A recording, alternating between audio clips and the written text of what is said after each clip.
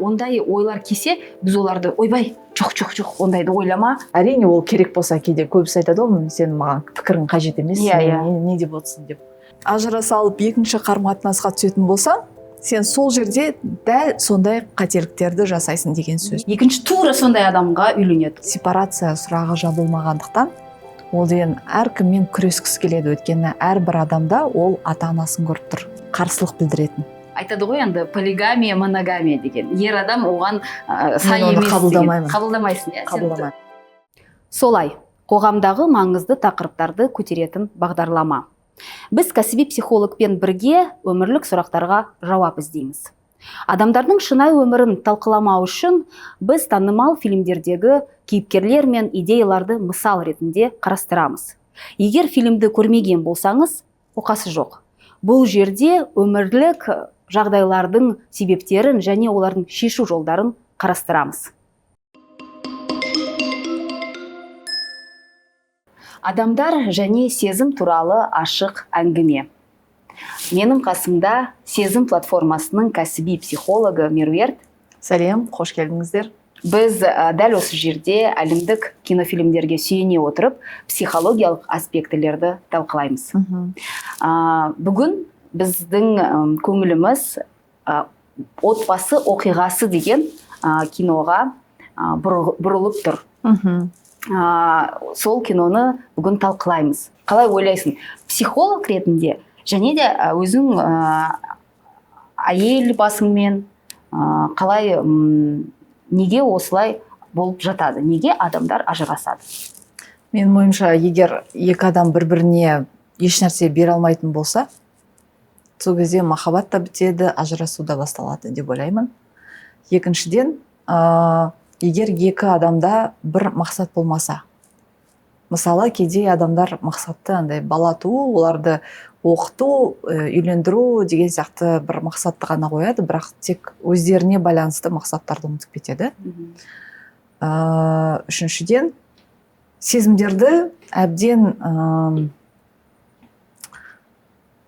қалай айтсам екен, бағып қағып, күтіп, оны басқа деңгейге әрдайым жетілдіру өте үлкен жұмыс. Сондықтан да бұл жерде екі жұп дайын болмауы мүмкін, немесе біреу дайын болуы мүмкін, екіншісі артта қалып қояды.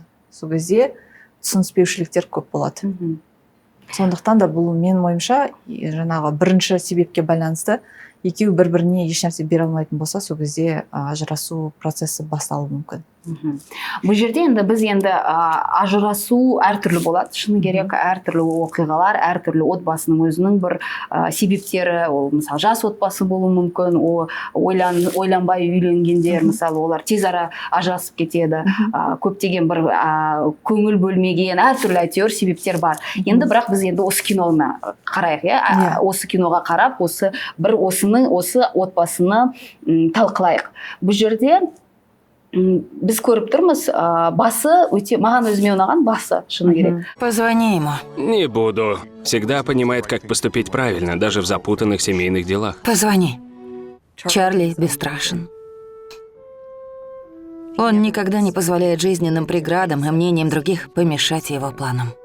Басталғанда бір-бірін жақсы жақтарын айтып, өздерін мақтап жатқан кезде бір түрлі жылу сезім пайда болады. Бірақ содан кейін енді режиссер әрине оның басқа жағын көрсетеді. Бұл жерде балалары бар.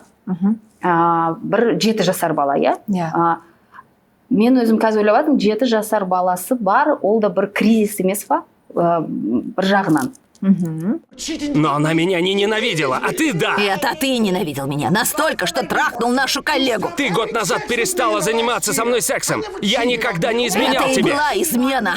Но я столько всего мог сделать. Өйткені былай жақсы отбасы, өздерінің тамақтары бар, жұмыстары бар, өсіп жатыр деген сияқты, өніп жатыр деген сияқты бір отбасы. Бірақ бір кезде әйелден басталады ғой, енді әйелдің ойы кетем деген, ажырасам деген. Не жетпей қалды? Дағдарыс туралы күшті айттың. Менің ойымша бұл дағдарыс Никольға қатысты. өйткені Чарлидің кәсібі жоғарылай бере бастағанда ол өзіне көп сұрақ қояды. Мен қайдамын, мен кіммін, менің қандай жетістіктерім бар бүгінгі таңда деген сияқты өзінің кәдімгідей деңгейінің тоқтап қалғанын сезінетін сияқты деп ойлаймын. Сол кезде тек қана басқа адамдардың мүддесін алдыға ұстап, өзінікін шеттетіп, өзін ұмытып кеткен сияқты деп ойлаймын да осы жерде. Сол кезде кәдімгідей іштей үлкен бунт пайда болады. Бұл бунтта жаңағы енді мен былай ойлаймын да, мысалы кез келген адамға өзіне жауапкершілікті алу өте қиын.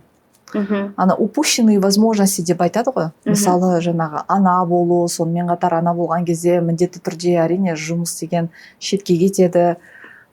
Кейде шетке кетпеуі де мүмкін әртүрлі жағдайларға байланысты. Сол кезде мен ойымша жаңағы бұл жерде әрбір адамда таңдау бар. Свобода выбора. Сен нені таңдайсың? Өмір бақи кәсіп қуып, отбасын кетесің бе, әлде отбасын таңдайсың ба деген сияқты. Сол кезде мен ойымша дағдарыс, кәдімгідей күйзеліс Никольдің өзінің бетпе-бет кездесуі шынайы өмірмен. Сол өзінің жас отбасы ғой. Өзінің күйеуіне қарағанда еш нәрсеге қол жеткізбегені туралы бір іштей жан ашиды деп ойлаймын. Өкініші көп болады. Сол кезде енді біз әрдайым таңдау жасаған кезде енді саналы түрде жауапкершілікті алатын болсақ, біз онымен шынайы түрде жақсы қарсы аламыз ол күйзелісті. Егер жұмыс істей аламыз, егер одан қашатын болсақ, міндетті түрде біз деген оған кінәлі адамдарды іздейміз. Сол Никольдің мен ойымша істеген ісі ол жаңағы өзінің өмірде жүзеге асырылмаған бір армандары үшін кінәлі жаңағы күйеуін табады. Ол осындай мысалы монологтар, егер шын өмірге келсек, мысалы осындай монологтар пайда болған кезде, ер адам болсын, әйел адам болсын, бір отбасыда болып жатқан кезде, ерлі зайыпты болып жатқан кезде, егер сондай монологтар пайда болып жатса, олардан қашу әлде оларды ашу керек па? Мысалы, мен есімде кинода Никольдің бүйтіп өзінің бір мен өзімді өлі сезіне бастадым деп айтты. Сол бұл шын өмірге салғанда көптеген нәрсе мен өзім ойлаймын, мүмкін ол өтірік шығар, енді бірақ сіздер айтыңыздар, жазыңыздар.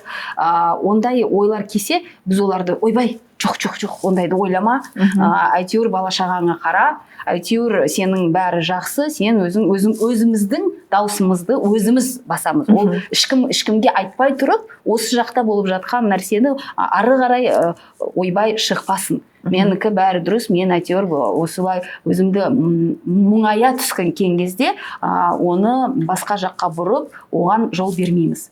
Ол қалай дұрыс нәрсе ма, әлде басқа кеңес бар ма? Егер сондай бір жақта монологтар пайда ақырын ғана дауыстары шыға бастаған кезде не істеу керек?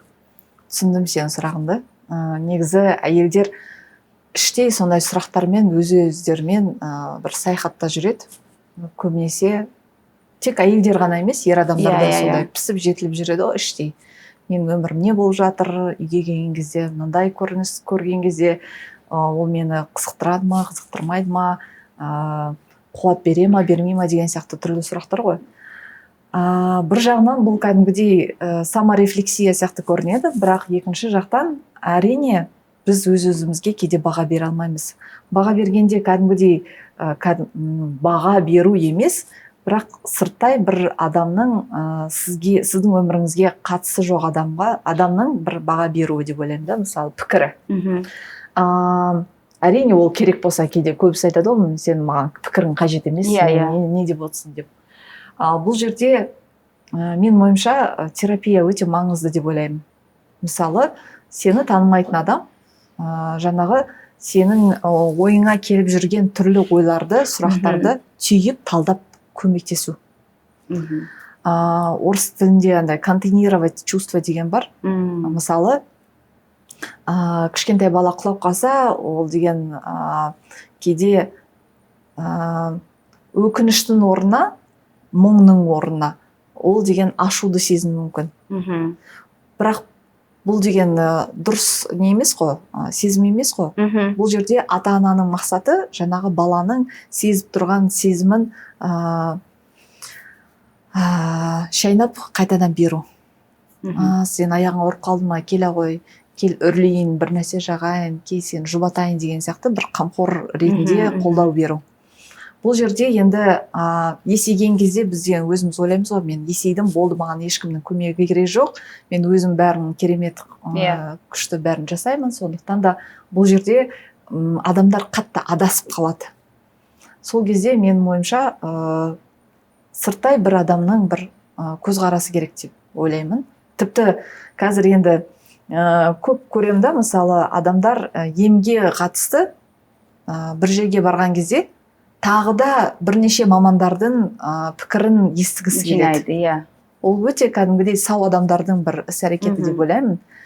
Сондықтан да бұл жерде бір ойға жабысып қалмай, өзінің әртүрлі ракурс дейміз ғой. Өйткені сен тежей бересің, мысалы бүгін көңіл күйің болмаса, ертең көңіл күйің болмаса, сен деген тұжырымдарың бәрі теріс болуы мүмкін. Сондықтан да ол қатты әсер етеді. Шыны керек, қарадым, психологиялық ажырасу, экологиялық ажырасу деген бар екен, сондай термин бар екен. Егер андай көптеген, біз білеміз, ажырасу деген ол енді бір ауыр нәрсе ғой. Өте ауыр нәрсе. Айтады, кішігірім өлім сияқты деп айтады. Сондықтан бұл жерге әртүрлі оның жолы бар.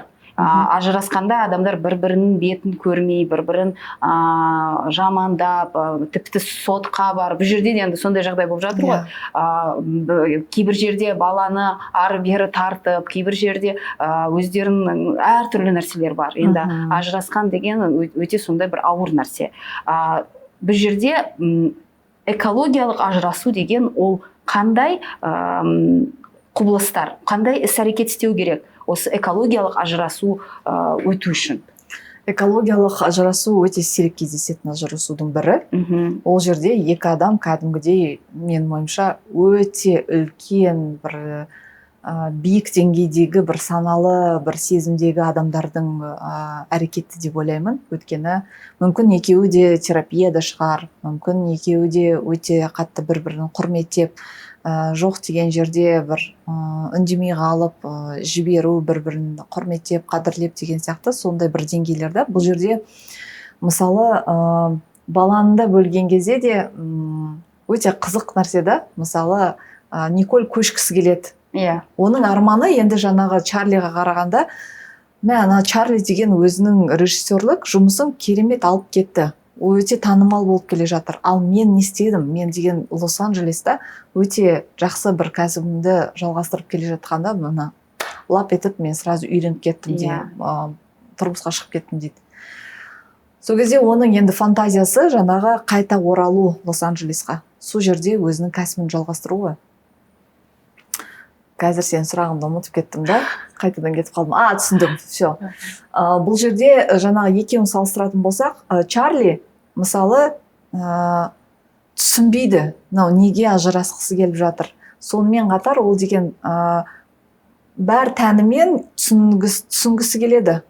Не болып жатыр, бүйтейік, сөйтейік, жүр терапевтке барайық, былай сөйлесейік, адвокаттармен бірге сөйлесейік деген кезде, тіпті жаңағы бір көрініс бар оны психологта отырған кезде. Я не хочу это слушать. Мы пообещали выслушать друг друга. Именно. Это первый и главный шаг нашего процесса. Я, пожалуй, пойду. Не буду вам мешать. Нализывать друг другу. Сен қандай бір жақсы қасиеттерін атай аласың деген кезде анау деген орнынан тұрып кетеді да, тіпті қатысқысы келмейді. Бұл жерде жаңағы Никольдің инфантильді позициясын көреміз. Бұл жерде енді қайтадан айтқым келеді, бұл жерде экологиялық ажырасудың бір белгісі жоқ. Ол тек қана аяғында уже бір-бірін жаңа қиын жағдайға түскенін көрген кезде, мен ойымша сол кезде қару жабдықтарын бәрін ортаға қояды да бірақ оған беріледі. соған дейін алып келіп соқты ғой енді. Иә. Өйткені ана бала да болды, ана соцработник та келді. Ол дегенде енді бір кино болғандықтан бүйтіп қарайсың деп. Ал егер шына өмірде болса, бұл жүректі ауыртатын нәрсе. Өте Өйткені бала деген түсінбейді ғой, ол неге бұл кісі келіп тұр, неге ол сұрайды, анам қандай, әкем қандай. Содан ол енді оған қарамастан анасы осындай сот болып жатқан кезде адам бәрібір іште қалай ол енді тыныштықта болмайды ғой. Әрине. Ол бір кәдімгі стресс. Сондықтан бұл жерде енді біз кинода бірақ әртүрлі неде көрсетеді. Бірақ бұл жерде кинода неге былай қарасаң оңай қарайсың бұл киноны. Андай қатты бір қалай андай қиналып, жылап отырып қарамайсың. Бірақ мен ойлаймын бұл жерде режиссер бұлардың бір-біріне махаббатын көрсете алды. Қандай болса да ол өзгеріп жатты ма, болып жатты да бәрібір бұлар өздерінің бір-бірін жақсы көріп жатқанын көрсетті. Сонда аяғындағы енді ең соңғы көрініс тоқтай дейді да, ана аяғын байлайды. Сонда бәрібір бір-біріне қандай бір жылы сезім. Мүмкін бұл енді әйел мен еркектің арасында болатын сезім емес, ал енді басқа бір қалай рухани жан дейміз ба, рухани туыс дейміз ба, сондай бір туыс болып кеткен адамдар ғой енді. Сондықтан бұл туыс болып кетті. Туыс болып кетеді. Мен ойлаймын, шын бұл жерде егер Никольді алдық, сен айттың қазір кішкене аяққа кетіп қалды да, аяқ жағына, біз енді қайтадан оралайық ортасына. Сен айттың, Николь инфантильді бір істерді істеді. Сосын ол үйіне қайтып келді. Үйінде анасы бар. Біз анасын көргенде ол да бір кәдімгі психотип қой, психотип. Оның мінезін біз енді әйел алғанда анасына қара деп айтады ғой. Сол бар ма, ол соның бір последствия деген сияқты, ол анасының мінезі Никольға қалай берілген, сосын Николь неге, көптеген ашсаң бір бітпейтін сандық сияқты ғой. Бітпейтін сандық. Ал енді біз көрейік, сонда оған ол үйінен кетіп қалды, үйленген кезде. Сонда басында айтады ғой, енді бәрін кім істеді? Күйеу, артынан жинайды, тамағын жасайды. Арасында бірақ анда түсінбейсің да, кім бала ма, әйелі ма? Bir жағынан ол айтады, шашын қырқады, ол ана болып кеткен ба? Сонда олар бір-біріне рөлдері ауысып кеткен сияқты. Рөлдері ауысып, бір анасы сияқты, анау әкесі сияқты. Сонда дәл солай. Негізі мен ойымша Николь жаңағы сепарациядан өтпеген деп ойлаймын. Анасынан ба, әкесінен ба? Қазір түсіндіріп көрейінші. Мысалы, жаңағы Никольдің барлығының жаңағы қарсылық білдіруі, бунттың барлығы ол ата-аналық образға қарсы шығудың әрекеті деп ойлаймын да. Мысалы, өзінің күйеу ретінде көрмей, ата-анасы ретінде көріп тұр да. Ол кәдімгідей, ол күйеу емес, кәдімгі Чарли емес, ол оның орнында кәдімгідей психологиялық тұрғыда ата-ананың рөлі тұр. Бостандықты біреу шектетіп жатқан адам сияқты, Жаңағы анасының мінезі туралы айттың. Әрине, әртүрлі прототиптер біздің түрлі геройларымызға, кейіпкерлерімізге өте көп әсерін тигізеді. Мысалы, бұл жерде мамасы кішкене андай беймаза, тазалыққа көп көңіл аударатын әйелді көреміз да, андай мазасызданып деп қалған бір әйел. Сол кезде мен ойымша жаңағы Николь 19 жасында күйеуге шығып кетеді. Ол жаңағы ата-анасынан бөліндім деген сияқты бір әңгіме, бірақ екінші жақтан ол деген басқа ата-ананың қолына келген сияқты болды да. Сол кезде мен қазір ойланып тұрғаным, жаңағы Николь ажырасу деген жаңағы менің сенен сепарация жасағым келеді деген ой бар сияқты деп ойлаймын бұл жерде. Өйткені айтады ғой кинода, мына жиһазды Чарли таңдады, Чарли бәрін таңдайды. Вся мебель у нас дома подобраны по его вкусу. Я даже не знала, какой у меня вкус, потому что не представлялось возможности проверить. Мен бұл жерде таңдамаймын, Чарли бәрін біледі деген сияқты. Бұл жерде как будто бы Николь вообще ешнәрсе білмейтін кішкентай қыз сияқты да. Оның орнына үлкен бір ата-ана шешім қабылдайтын сияқты. Тура сондай өмірге алып келіп тұр ғой енді. Сен әрдайым ой мен мына жиһаздадым, түсінбеймін, түсінігім жоқ, мен араласпай қояйын десең, әрине сенің орнына басқа адам шешім жасайды. Сол кезде енді дағдарыс қандай? Жаңағы Чарли біледі, мен режиссер боламын, осындай жұмысымды атқарғым келеді, осындай конкурстарға қатысқым келеді деген сияқты өзінің бір ойы, мінезі, бір мінез құлқы бар, таңдауы бар. Ал Николь, ой, мен дым жасалмаймын, мен білмеймін, ой, Чарли бәрі күшті біледі деген сияқты. Әрине, адам өз-өзін жоғалтады. Бұл жерде проблеманың барлығы, менің ойымша, Никольға байланысты, оның Никольдің трансформациясына байланысты деп ойлаймын. Бұл жаман деп тұрған жоқпын. Әрине, бұл күйзеліс арқылы өзін тану.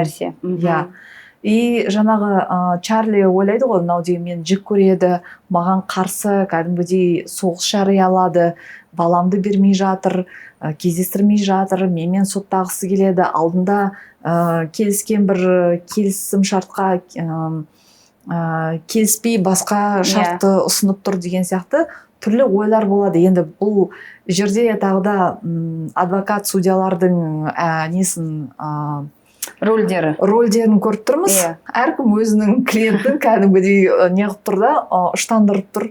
Сен бүйт, сүйт, неге ол бүйту керек, неге ол сөйту керек деген сияқты. Олардың өзінің бір ішкі ойлары жоқ сияқты болып тұр да. Басқа сөзге көңіл бөліп, соған илесіп сөйтіп кетіп жатыр ғой. Бұл жерде енді сенің айтып кеткенің, бізде егер сен отбасыға кіріп жатырсың, енді түсінікті 19 жаста адам, мен қазір ойлап тұрмын, сен айтып жатқанда мен ойлаймын ғой, шыны керек, айтады ғой, енді 30-дан асып үйленген кезде ол басқа. 19-да үйленген деген басқа болады.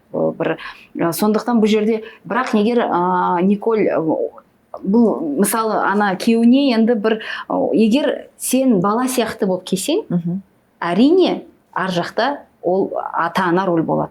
Қай рөлді сен ұсынасың, сол рөлге қарама-қарсы рөл келеді ғой. Сонда егер сен мысалы келіп бұл жерге басынан басқа бір рөлге келсең, әйел ретінде, мүмкін ол жерде еркек ретінде болушы еді, ер адам сияқты, әйел адам сияқты. Сол кезде баланс болады басқа жаққа. Ал егер бұл жерде бала болып қалды, бұл жерде ата-ана болып қалды. Арасында бұлар ауысады. Өйткені шашын қырқып жатады. Закрой глаза.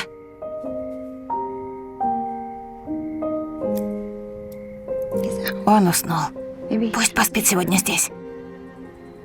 Сегодня моя ночь. Мен ойлаймын, сол кезде ол бұл мамасы сияқты ма, сонда басқа жаққа жібермейді. Сосын бұл жерде өздеріне бір-біріне егер мүмкін, білмеймін енді, ол менің тек қана ойым, бұл жерде олар өзінің жанұясында ала алмаған жылуды бір-бірінен осы жерде іздеді, бірақ ол, мысалы, сен адамсың, сен маған өзінің жылуыңды бере аласың деген сияқты емес, ал сен адамсың, сен маған, анам маған бермеген жылуды бере аласың ба деген сияқты. Ал басқа жақтан сен, мен сен жақсы көремін, бірақ сен менің, мысалы, мен алмадым жаста, анам маған, әкем маған көңіл бөлмеді, сен соны бере аласың ба деген сияқты бір андай айтылмаған бір диалог құрылады. Сондықтан бұл жерде басынан басқа бір отбасы құрылады. Пусть будет Лос-Анджелес. Нет, Берт, просто... Нет. Мы должны одержать победу. Помни, победа — это то, что лучше для Генри. И если будет суд, он окажется в него втянут. Сама идея о хорошем отце появилась лет 30 назад. До этого отцы были молчаливыми, ненадежными, эгоистичными. Егер бұл жерде сен айтып кеттің, мысалы, біз Никольді түсініп жатырмыз, ол өзінің бір сепарациясын өтіп жатыр, бірақ бір жағынан тағы оның күйеуі, ол басқа бір іштегі нәрселерді сезіп сүріп жатады. Екі қаланың арасында. Содан өзі жұмысын істегісі келеді. Тастағысы келмейді, ол да бір оған тартып тұратын нәрсе. Бұл жерде ол сенің ойыңша қалай осы жағдайдан қалай дұрыс шығып жатыр ма, қалай шығып жатыр, істеген істері қалай өзі, әлде сен мысалы адам көрермен ретінде өзіңе бір сұрақтарды қойдың ба, ай неғып сөйттің, бүйтпедің ба деген сияқты, сондай бір болды ма ойларың? Бұл жерде Чарли да аппақ адам емес, оның да талай бір кемшіліктері көрініп тұр. Кейде көбінесе ер адамдар бір проблема болған кезде құнсыздандырып жібереді, бір сілтеп, ой қойшы деп. Негізі әрбір отбасында андай бір сезім болады.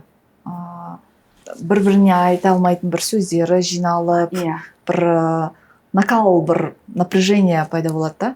Сол кезде адамдар сол проблеманың шешудің орнына басқа нәрселерді іздей бастайды. Сол кезде не істеді Чарли? Атылды. Басқа әйелді тапты. Бұл жерде қазір адамдар ойлап қалмасын, алар тек Никольді жамандап тастады деп. Чарлидің да кемшілігі осында деп ойлаймын, өйткені ол қарапайым екі адамның бір-бірімен сөйлеспеуі ғой.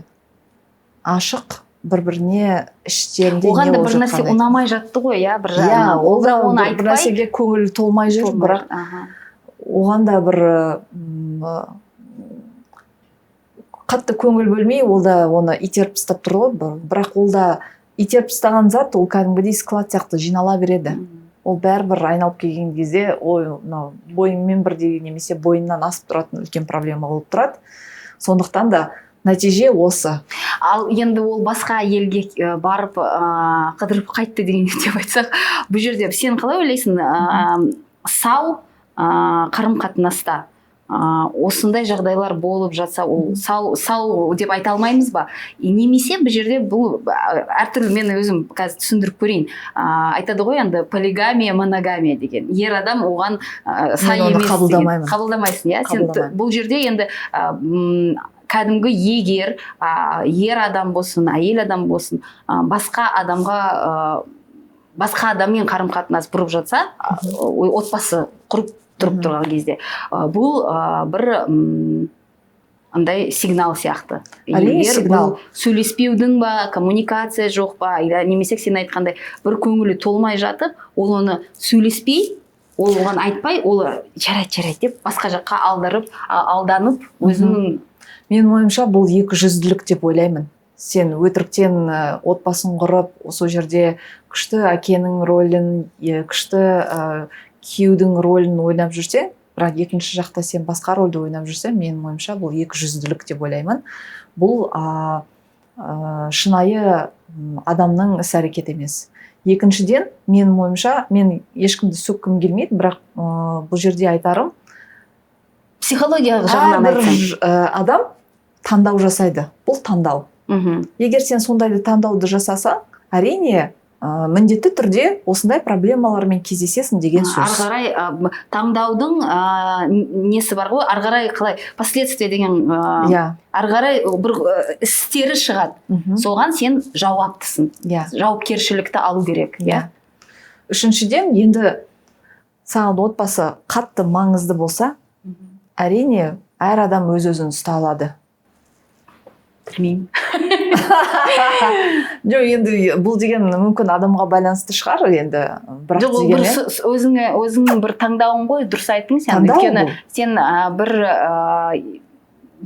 басқа жаққа, басқа елді таңдаған кезде ішіңнен бір сұрақ қойылады. Бұл жағдай шықпау мүмкін, бірақ бұл жағдай шықса, мен осы отбасымнан айырыламын. Жарайды, мен оған келісем. Сол кезде адам жасаған кезде, мен ойлаймын, ол осын таңдауды жасайды. Ол келіседі. Осындай болып қалса, енді ол болып қалатын нәрсе. Жоқ, бұл кетіп қалады, ешкім білінбейді, анау-мынау дейді ғой, мысалы, көбінесе. Жаңа проблема болды ма, ол 2 күннен кейін бет қайтып қалады деп. Сол кезде енді екі жүзділік демекші, басқа бір іс-әрекетті жасаған кезде адамдар сөйтіп ойлайды ғой, ешкім білмейді, ол деген біткен оқиға, ешкім оны былай қайтадан түрткілеп қоздырмайды деген сияқты. Бірақ бір жағынан енді бәрі өмір деген ол сондықтан өмір деп аталады, өйткені ой жерде адам өзінің әртүрлі түрлерін көреді. Ол адам деген ешкім бізді қалай пенде дейді ғой, енді адам пенде дейді, ешкім бізді, біз бәріміз бір андай періште сияқты емес, біз адамдар болғандықтан әрине іштегі әртүрлі нәрселер болады. Сондықтан бұл өмір болғандықтан бұл жерде ешкімді біз айтқым келеді, біз ешкімге бүйтіп сен мынандайсың деген емес, өйткені бұл жерде әр таңдау адамның құқығы әрине. Мен айтқым келетін қызық нәрсе, бұл жерде ажырасу пайда болған кезде, бұл біз ойлаймыз, бір отбасыда енді бір әйелі бар, күйеуі бар, екі адам, сосын бала шағасы бар деген, соған қатысты нәрсе. Бір отбасыға қатысты нәрсе ғой, былай қарасаң, ажырасу. Бірақ шын мәнде бұл кинода да біз көріп тұрмыз. Бұл жерде көптеген екінші, үшінші көздер пайда болады. Олардың кәдімгі бұл жай ғана жүрген адамдар емес, өздерінің кеңестерін айтып, мысалы адвокаттар деген сияқты, өздерінің бір ойларын айтып, ана адамдардың, ана әйел болсын, еркек болсын, бір өзінің ішіне ойларын салып, қасқыр болып тұр ғой. Сол кезде сонда мен өзім ойлаймын, ажырасу әрине сен айтып кеттің ғой, енді мына жақтан бір информация жинайсың, басында айтып кеткен кезде, мына жақтан бір информация жинайсың, бірақ сауатты болған қандай маңызды, өйткені өзінің мен қайдамын, менің ойым қандай. Мысалы, ол жерде адвокаттар айтады, бұл ана страшная вообще, бітті екен, анау деген, ой, сен ол сондай шөп салды ма, бітті деген, масқара деген сияқты. Сонда, я деп отырады. Ал бұл жерде ажырасқан кезде бір жағынан ең бастысы ол екі адамның қарым-қатынасы. Тек қана екі адам ғана біледі іште не болып жатқанын. Қалған адамдар, олар тек қана көрермендер. Қанша десең де, олар білмейді ішкі қалай кездесті, не болды, қандай көмек болды, кім кімге жақсы жасады, кім кімге жаман жасады деген сияқты нәрсені. Бірақ адам стресс кезінде білмеймін неге, енді бірақ сондай, мүмкін сен білесің, сен айтасың, өзіне жауапкершілік алғысы келмейді, басқа адамдарды тыңдап, соған елісіп, енді елісіп деген бар ма, қалай? Еліп. Соған еріп. Мысалы, егер бізде енді адвокат деген жоқ қой, енді бізді адвокаттың орнын күшті кімдер жабады? Ата-аналар, достар, қыздың достары болсын, ұлдың достары болсын, олар әрқайсысы өзінің ойын айтуға кәдімгі менің бір ойым дұрыс, айту керекпін деген сияқты кірісіп кетеді. Өте күшті ой айттың. Мысалы, терапияға келеді ғой, ажырасқым келеді деген. Сол кезде менің қоятын міндетім, менімен жұмыс барысында сіз ешкіммен ажыраспайсыз. 1 жыл, 2 жыл сіз тек қана анализден өтесіз, талдаудан өтесіз. Өйткені сырттан әсер ететін адамдар көп, бірақ андай ішті эмоционалды түрде бір нәрсеге беріліп, сондай бір шешім қабылдау, ол өте жеңіл шешім. Сондықтан да бұл жерде айтатыным, әрине, бір нәрсе болып қалса, бір жағымсыз нәрсе, бәрі ажырасқысы келеді, это нормально. Бір ұрысып қалған кезде, бір кәдімгідей көңіл күйің түсіп, бәрін бытшын шығарғың келеді ғой. Бірақ ол деген тек қана бір лездік эмоцияда, сондықтан да бұл жерде асықпай өзіңді зерттеп, неліктен ондай шешімге сүйеніп отырсың, неліктен ондай қадам жасағың келеді, ертеңгі күнді қалай ойлап жатсың, қалай жоспарлап жатсың, осындай реалий болса, не істейсің деген сияқты анализде көп сондай ойларды тудыртатын бір сессиялар көп болады. Сондықтан да... Оны өтпесе адам қандай жағдай болады? Енді қателіктер жасайды.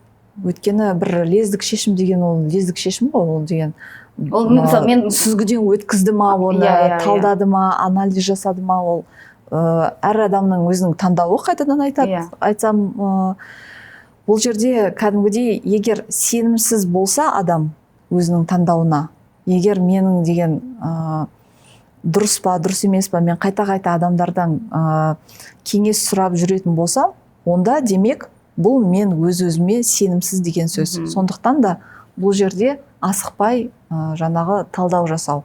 Әрине кейбір кездері андай зорлық зомбылық кезде адамдар өздерінің жанын сақтап қалу үшін тез кеткісі келеді, ол басқа жағдай. Бірақ бұл жерде жаңағы Николь мен Чарлиді айтатын болсақ, соған ұқсас түрлі ерлі-зайыптыларды айтатын болсақ, бұл жерде асықпау қажет.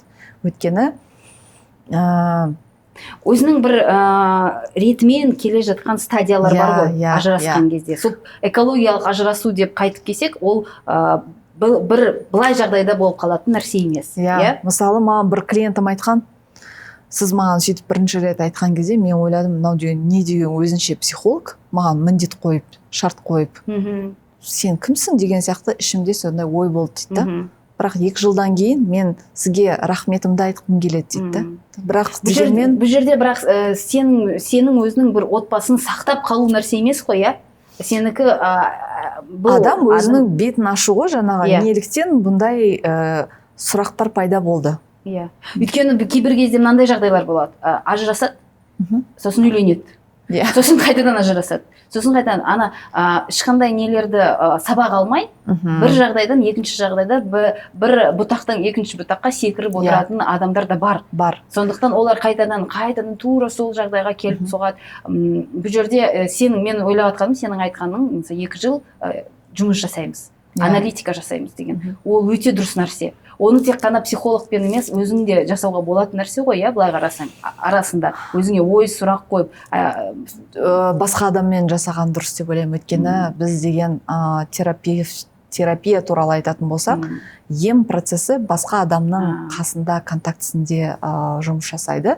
Өйткені жалғыз адам ол деген объективті болмауы да мүмкін. Жаңағы ажырасу процесінде айтатын болсақ, дұрыс айттың, жаңағы бір қарым-қатынастан екінші қарым-қатынасқа секіреді деп. Негізі ажырасу, жаңағы сен айтқандай, кішкентай өлім сияқты дегенмен, ол дұрыс процесс, қайғыру процесі. 5 стадиядан тұрады, 5 кезеңнен. Бірінші кезең ол қарсылық білдіру, шок. Екінші ашулану, үшіншісі саудаласу, төртіншісі депрессия, бесіншісі қабылдау процесі. Оны міндетті түрде бәрі 5 өте ма, әлде бір жағы қандай, мысалы, практикада қалай болып жатады? Жаңағы Николь Чарлиға мен ажырасқым келеді деген кезде, Чарлидің бірінші кезеңі, реакциясы қарсылық болды. Қалай? Неге? Неліктен деген сияқты ойлар болды. Мүмкін емес, мен сене алатын емеспін деген сияқты. Сондықтан да бұл деген бірінші процесс. Екінші процесс, Чарли ашуланады Никольға. Сен деген дұрыс жасап жатқан жоқсың, неліктен өйтіп жасап жатсың, сен әдейі қасақана жасап жатсың бұның барлығын, сен мені жек көресің, сондықтан да жасап жатсың деген сияқты ашу, кәдімгідей екінші кезең. Үшінші кезең жаңағы саудаласу, ол деген айтады, давай бүйтейік, сөйтейік. Мүмкін басқаша жүр екеуміз психологқа барайық. Бұл да енді психологқа келетін стадия, бұл үшінші кезеңнің стадиясы саудаласу. Мүмкін бүйтіп көреміз, бүйтіп жасап көреміз. Ол келгеннің өзінде де көптеген жағдайда отбасылар не істейді? Секіріп кетеді бір сеанстан кейін. Бірақ ол деген үлкен жұмыс қой, сіздер деген ажырасу деген ол бір мезетте пайда болған зат емес, ол деген жылдар бойы, айлар бойы жиналып қалған бір проблема, күйзеліс. Сондықтан да көп жағдайда жаңағы қатты енді грандиозный болмай, адамдар енді тез ара жасайды, ауырып қалса, әйтеуір бір дәрі беріңдерші. Бұл жерде жауапкершілік қой. Мысалы, сен жауапкершілікті алмасаң, сен айтасың, ой, ол психолог дым жаса алмады, бізге дым көмектеспеді, значит, оның көмегі жүрмейді деген сияқты. Әрине, бір кездесуден қандай көмек болады? Сіздер тек қана танысасыздар бірінші кезеңде.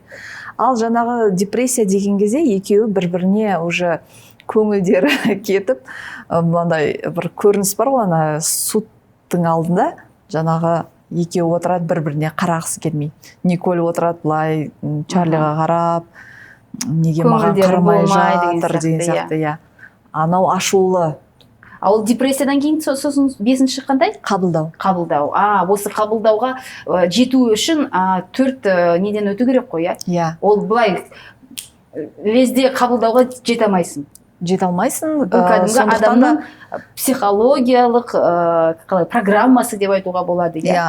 Тіпті ажырасқаннан кейін де бұл 5 кезең 1 айда кетпейді ол. Ажырасқаннан кейін адамға саналы түрде 2 жыл керек кем дегенде. Өз-өзіне қалпына келу үшін, жаңағы жарақаттарын бәрін қайта қалпына келтіру үшін, 2 жыл. Емделу үшін кем дегенде 2 жыл.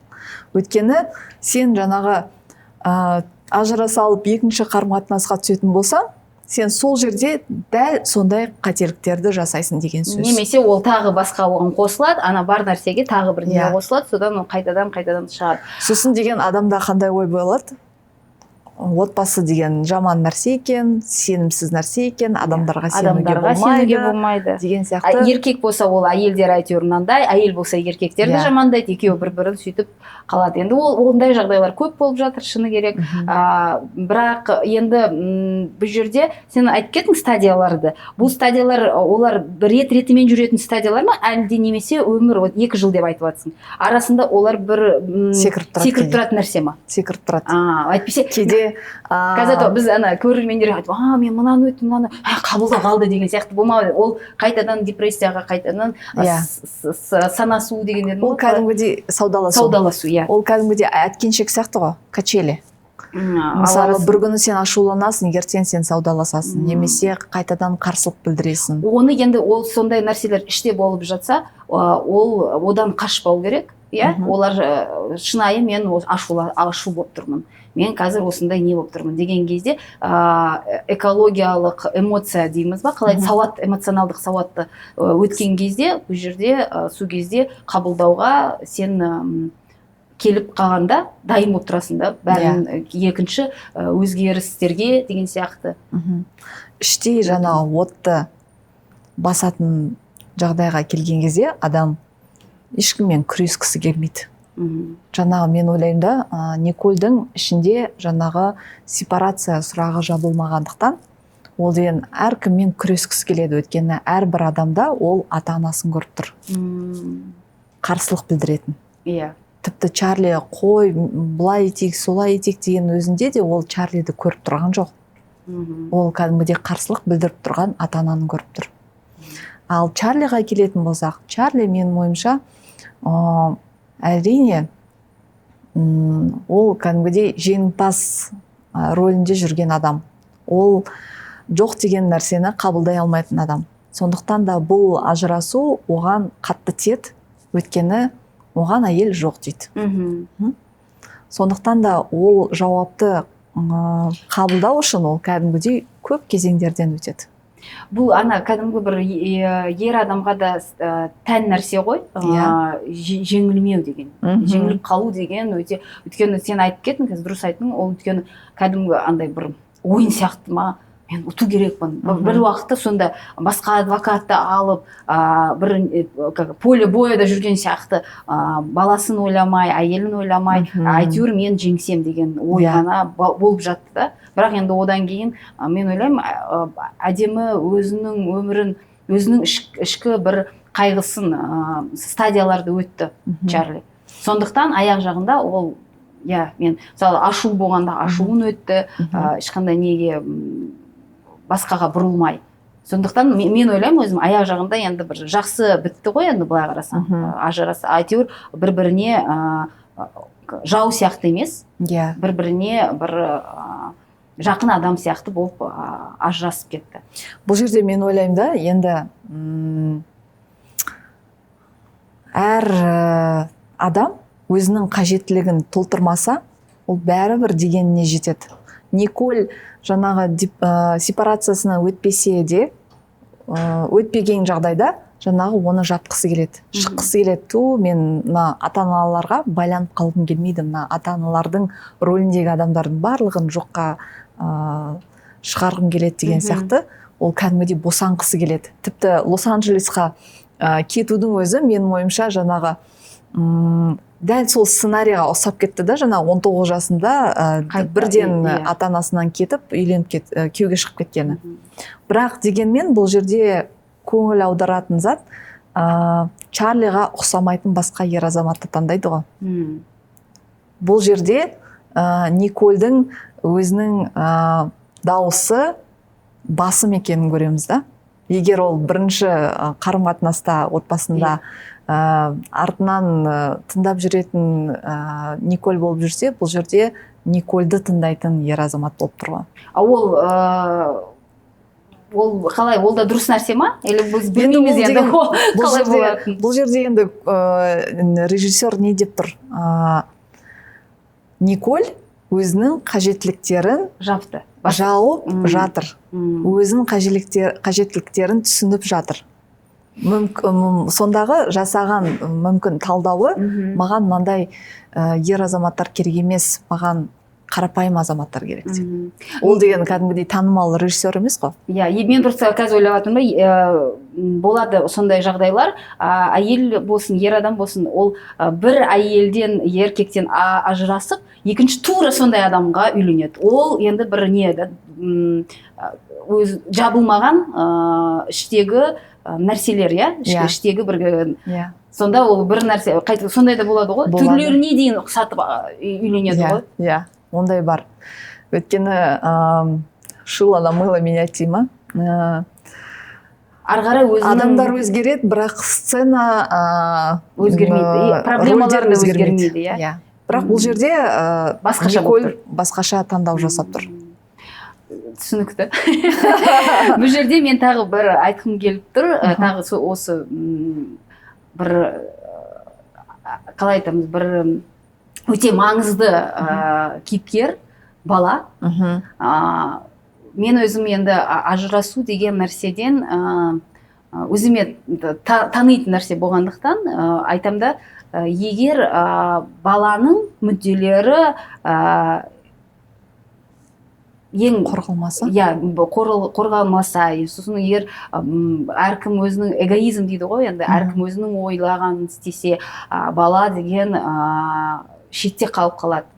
Бала деген разменная монета, бала деген не болып қалады, кәдімгі сен маған, мен саған саудаласу болады. Сонда білеміз енді ол ешкімге не емес, ол бір құпия емес, баланың психикасы басқа жаққа бұрылып, ол өйткені өзі түсінбейді, өйткені ол да стресс өтіп жатқан бала, әрине, оның да бір өзінің басқа өмірге үйренуі. Сол осындай жағдайда қалай, неге, бір жағынан неге үлкен адамдар, үлкен кісілер, ата-аналар ұмытып қалады баланың мүдделері қай жерде екен, бала не болып жатыр, баламен ұмытып қалады, кәдімгідей ұмытып қалады ғой. Өзінің ұрыс-бұрыс болып жатқан кезде әйтеуір бала ғой деп айтады. Мысалы қазақ бізде сондай ғой, бала ғой, еш нәрсе жоқ, ұмытып қалады деген сияқты, сөйтіп ойлайды. Ал неге сондай жағдай болып қалады? Бір жағынан сұрағым. Ал екінші жағынан балаға қалай көмектесуге болады? Бірінші сұрағыңа жауап беретін болсақ, менің ойымша, саудаласып әрі-бері итеретін баланы ата-аналар бұл инфантилді позициядағы ата-аналар. Бұл жаңағы 5 процесстен тұратын, кезеңнен тұратын саудаласу үшінші сатыдағы кезеңдегі процесс. Жаңағы айтып кеттім ғой. Сол сәтте көп жағдайда ажырасу процесінде адамдар осы жерде тіреліп қалуы мүмкін. Одан қалай шығады сонда? Қандай ол шығатын, тек қана қалай басқа сатыға өтесің? Ми жетсе шығады, ми жетпесе қалады.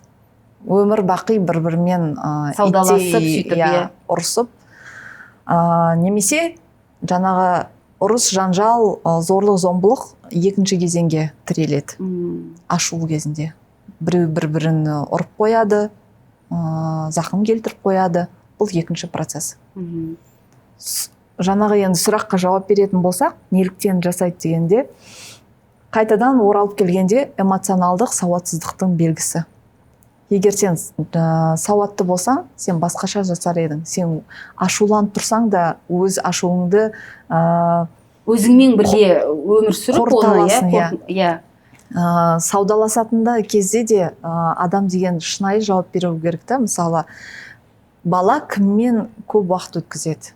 қазіргі уақытта балаға кім Уақыт бере алады. Иә, Кім оны оған мектепке маңызды апара алады, қазір, кім иә. онымен жанында сабақтарын жасай алады деген сияқты. Бұл кәдімгідей шынайы сұрақ қой. иә өйткені мысалы біз ер адамды айтсақ, енді ол ана міндетті түрде ананың да рөлі, әкенің де рөлі, олар маңызды. Ешқайсының бір мына жақта өте көп болсын, аз болсын деген нәрсе жоқ. Ол екеуі де екі кәдімгі адамға екі қанат сияқты ата-ана керек. Бірақ бір жағынан мысалы біз білеміз көптеген нәрселер ер адамның парызы ол ақша тапу, ол жұмыс істеу, ол өтірік емес. Мысалы шын бізден ер адамдар олар жұмысты көп істейді. Мысалы ана деген ол өзінің бір свободный график дейді ғой, ол балаға көңіл бөле алады, оның бір уақыты бар.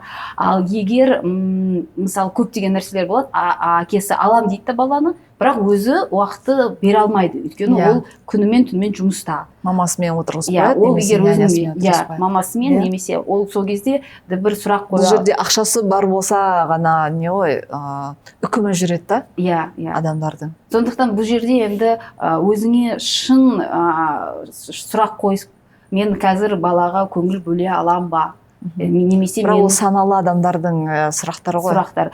Мен өзім өзіңе сұрақ қою, ол бір саналы адамның жолы, дұрыс қой? Әрине. Сондықтан егер сондай жағдайлар болып жатса сіздерде, өздеріңізге сұрақ қоюға қорықпаңыздар. Оны бірақ андай адамға сұрақ қою керек емес, ол андай көпшілікке көрсету емес, ішінде өзіңнен ішінде бүйтіп монолог деген сияқты жасап, өзіме мен егер істей алам ба, менің нем қандай, мен не қайда болдым, мен не істеймін деген сияқты, иә. Сондай сұрақтар қойылса, оған жауап болмаса да, әйтеуір қойылған сұрақ, кейде мен өзім ойлаймын, сұрақтың пайда болуы ол да бір жауап. Өйткені адамдар ойлайды, мен не істеп жатырмын деп. Білмеймін дейді да. Болды, ондай болса, мен қоймаймын ол сұрақты. Оған жауабым жоқ дейді да, жауап тастайды. Кейбір кезде мысалы мен өз бетімен білем, менде бір уақыттар болады, көптеген сұрақтар ойға келеді. Мен оларда енді жауабын білмеймін, шын керек. Енді адам болғандықтан жауабын білмейсің, бірақ сұрақтар келіп жатады. Қайда, не істеймін, осылай дұрыс па, былай ба? Мен бұл сұрақтарға жол берем. Өзіме айтам, мен сондай қазір сондай сұрақтарым көп енді. Бірақ айт сұрақтарды. Әйтеуір өмір болсын, адам болсын, бұл жауабын саған көрсетер. Мысалы, Құдайға да сенесің, сұрайсың, бір өзіңе де. Бірақ одан сұрақтардан қашпау керек. Мен өзім ойлаймын да, өйткені көптеген адамдар қазір бір сұрақ қойсам, оған жауабым жоқ. Сосын тіреліп қалам. Неге ондай болса, мен оған өзім көңіл бөлмей қояйын. Өзім іштегі болып жатқан нәрселерге. Ал екінші сұраққа жауап беретін болсам, жаңағы менің ойымша көп ата-ананың қателігі балаға еш нәрсе айтпай, үндемей жүру. Бірақ бала бәрін көреді. Адамдар ойлайды, мысалы, балаға айтсақ, оның психикасына жарақат болады. Міндетті түрде жарақат болады, бірақ сіздің үндемегеніңізден ол проблеманы одан сайын ушықтырады. Сондықтан да бұл жерде айтып түсіндіру. Біз сені бәрібір жақсы көреміз, бірақ кейде адамдар бір-бірін жақсы көрмей қалады бір кезеңде. Сол кезде енді осындай адамдар жеке өмірді таңдайды, бірақ бұл жерде мен де, сен де, әкең де, анаң да, бәріміз сені бірдей жақсы көреміз, сенің қалағаныңды жасауға тырысамыз деген сияқты сөйлесу. Екінші, әрине, мүмкіндік болып жатса терапияға апару тоже баланы. Қазір тіпті балаларға, кішкентай балаларға арналған топтық терапиялардың барын білемін. Сондықтан да бұл жерде саналы ата-аналардың ойы жаңағы баланың болашақтағы өміріне мынау ажырасудың қауіп-қатері толмас үшін көптеген әрекеттер жасайды. Өйткені психиканың қалыптасуы осы кішкентай кезден басталады ғой. Сондықтан да не көрдің, не ұқтың, барлығы автоматты түрде миға жазыла береді. Сондықтан да бұл жерде қайтадан әр адамның өзінің таңдауы. қандай өмірді мен таңдаймын, болашақта мен қандай баламды көргім келеді, бақытты, бақытсыз, оған мен қандай әсер ете аламын, қолымнан не келеді, не келмейді деген сияқты сұрақтарға жауап беру. Бұл жерде менің түсінгенім коммуникация, сөйлесу, баламен сөйлесу, бір-бірімен сөйлесу, сөйлесуден қашпау. Сол егер коммуникацияның арғырай дамып жатса, сөйлесу дамып жатса, бір дұрыс бір жағдайға, сау бір қарым-қатынасқа алып келетін сияқты. Иә, дұрыс қой? Дұрыс. Сосын бізде мен бір оқуда болдым да, отбасыға қатысты, терапияға қатысты 2 жылдық оқуда болдым. Сол кезде айтатта не деп, Англияда тұратын мұғалім, сол айтады, егер сіздер бір проблемада бір ғана шешім көретін болсаңыздар, онда сіздер есейген қалыпта емессіз, ересек қалыпта емессіз. Онда сіз инфантильді позициядасыз. Бір проблеманың әртүрлі шешімдері бар, соларды қарап, тауып, іздеу керек. Мен енді өзім басындағы бір сұрағым айтып қойған сұрағым, неге адамдар ажырасады дегенде, өзімнің бір ойым бар, неге адамдар ажырасады. Әрине, көп деген себеп бар оған, бірақ тағы бір ойым, өмір деген өзі бір қалыпты нәрсе емес. Адам өзгереді, өмір өзгереді. Сондықтан қалай өзгерістер ол табиғи нәрсе. Кейбір кезде адам бір адаммен кездесіп, бір жағынан ол бітіп жатқан кезде, қарым-қатынастар басқа жаққа бұрылып жатқан кезде, одан да қашпау керек шығар. Өйткені әр нәрсе бұл жерде, өмірде, табиғатта өзгеріп, толтырылып, қалай ашылып жататын нәрсе. Сондықтан трансформация дейді ғой, енді бұл да бір ажырасу, ол да бір трансформацияның бір түрлері шығар деп ойлаймын. Сондықтан бүгінгі әңгімеміз осымен аяқталады. Бірақ сіздердің ойларыңыз болса, сіздер келісетін, келіспейтін бір ойларыңыз болса, жазыңыздар. Бұл ашық әңгіме. Әрине, біз ешқандай шындықты білмейміз, тек қана психологиялық жағынан ғана болсын, өзіміздің бір тәжірибе жағымыздан болсын деп қарап жатқан бір осындай отбасы оқиғасы. Осымен солай бағдарламасы